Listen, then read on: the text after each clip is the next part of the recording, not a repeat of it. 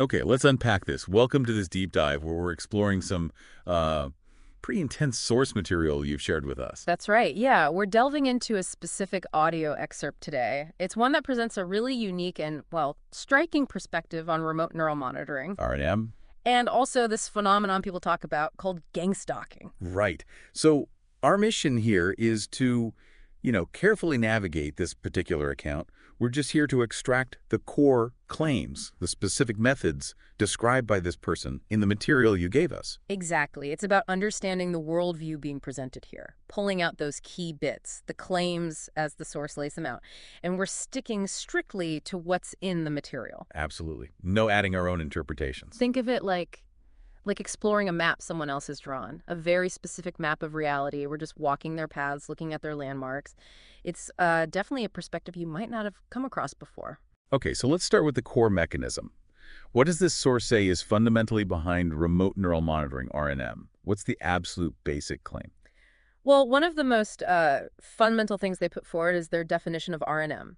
They state it is 100% based on EMF broadcast, electromagnetic fields. 100%. And they're pretty specific about what it isn't based on, too. Oh, extremely specific. According to this source, RNM isn't about nanoparticles. It's not microchips, not dental implants, none of that. Hmm. And interestingly, they also say it's not even what people traditionally call voice to skull or V2K. Right. I remember that. They use a different term for that V2K idea. What was it? Artificial telepathy. That's the one, artificial telepathy. And within that framework, the mechanism they claim makes this RNM broadcast work. It's all based on a person's unique EMF signature or frequency. Unique DMS. Signature. Yeah, the source describes it as being as unique as your DNA. And that, they claim, is what the system locks onto for what they term permanent neural monitoring. So the whole system, according to them, hinges on this individual EMF signal. It seems so, according to this source, yeah. Begins and ends with that specific type of EMF signal tied to your unique signature. Okay, so if that's the core mechanism they're claiming, Yeah. how do they link this to gang stalking? Now, that's a term people use for perceived harassment, but this source ties it right back to R&M. They definitely do. This source claims that the people involved in what they call gang stalking are actually on R&M themselves. Okay. But they also add that lots of other people apparently have access to this R&M system, even if they aren't being targeted by a broadcast themselves. So access versus being targeted. And how does the targeting part work, according to the source?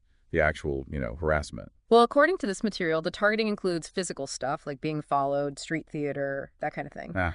But the really crucial part, they claim, is the broadcast itself. The source states that these gang stalkers often just sit at home, using what they call mind control headsets and these specific EMF broadcast devices. And the effect of that device, the broadcast device, and this is where the source gets quite graphic, uses some really strong language. Yeah, it is, yes. Right. Very strong, very disturbing language.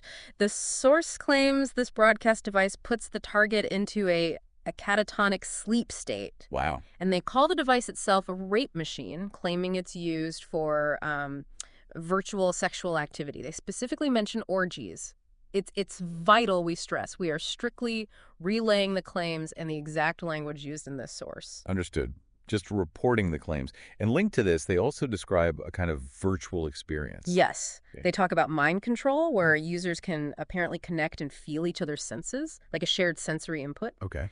And then they claim that on broadcast, people can live virtually as a broadcast. They describe it almost like an outer body experience. An out-of-body experience through broadcast. And even the idea of directed energy weapons, or DDWs, gets sort of reframed in their model. Absolutely. According to this specific source, what others might call DJWs are actually these broadcasts that are controlled and lived virtually as. Lived virtually as. Yeah. And they claim these are used to attack the target by, and this is their phrasing, touching you and doing stuff to you with the broadcast. So it all comes back to this EMF broadcast mechanism, in their view. All these intense experiences. Fundamentally, yes. That's the core of their explanation for all of it. Okay, now here's a part of the claim that's, well, pretty extraordinary. The idea that you can actually see these broadcasts. That is definitely one of the most unique points in this material, yeah. The source claims these broadcasts are visible in real life, especially maybe in reflections. Reflections. And they say definitely in photography. that they show up in pictures. And what do they say makes someone able to see them? Are there specific factors? They mention a couple of things, like the speed your mind processes waves, maybe, and also the light sensitivity of your eyes. Some people, they just claim, are gifted enough to see broadcast. That's the phrase they use. Right, gifted enough. So if they claim you can see them, the obvious next question is how?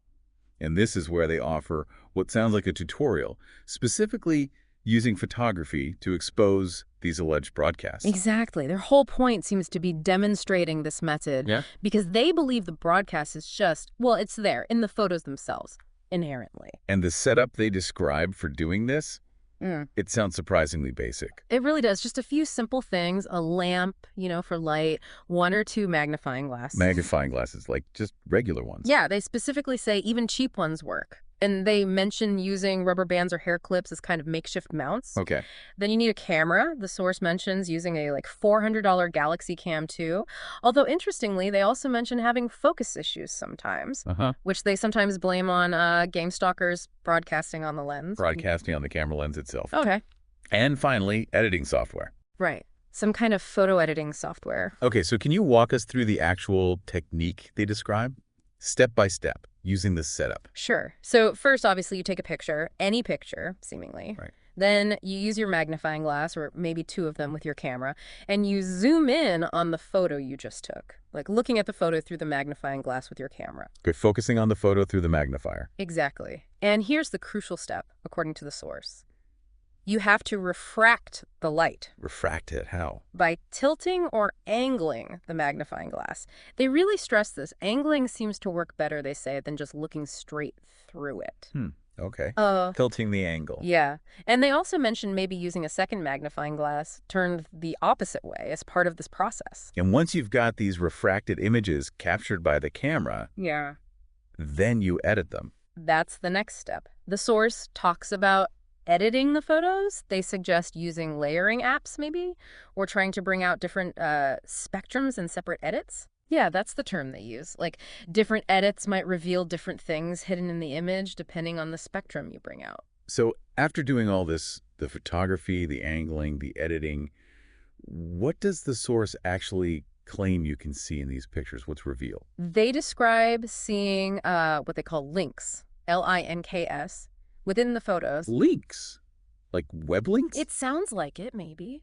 They say these links sometimes appear as blurry letters but become just about readable when you get the light refracted just right. And what do they think these links are? What do they lead to? They believe these links are somehow built into everything, and they lead to their stuff, meaning the gang stalkers stuff. Right. The source uses this analogy like living in the Matrix, where everything is broadcast with waves and has these hidden links embedded. Wow. And besides links, they also claim you can see people, faces. Yes, faces and recognizable people, too, apparently become visible in these photos using their method. And the content.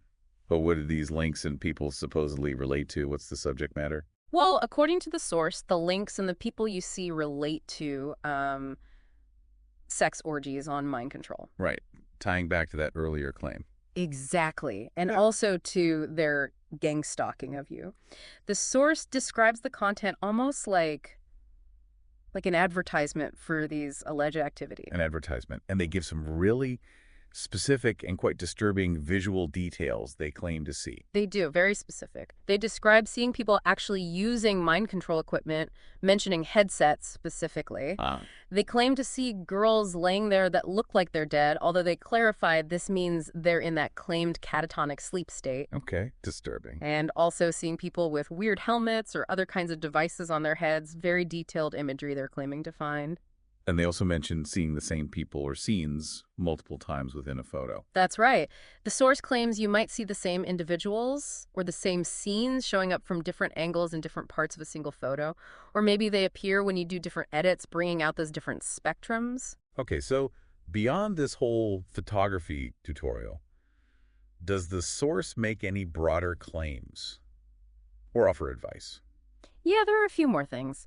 They express this really strong belief that the broadcast phenomenon they're describing, it's present in every picture that you have. Every picture. Wow. That's the claim.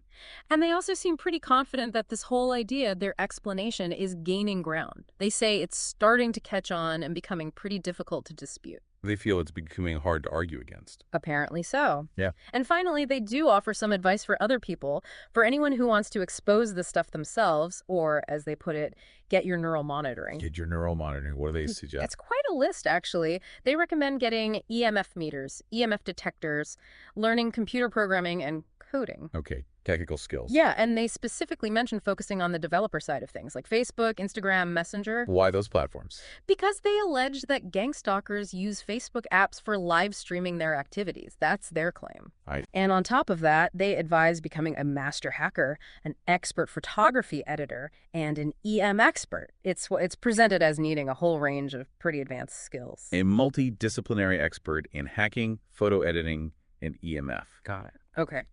So let's try to bring this all together. We've really dug into the specific and, yeah, intense claims from this one source material you provided. We have. It paints a picture where RNM is purely EMF broadcast, where this broadcast is allegedly used by gang stalkers for some deeply disturbing virtual activities affecting targets. Right, the sleep state, the virtual orgies, Yeah, those claims. exactly.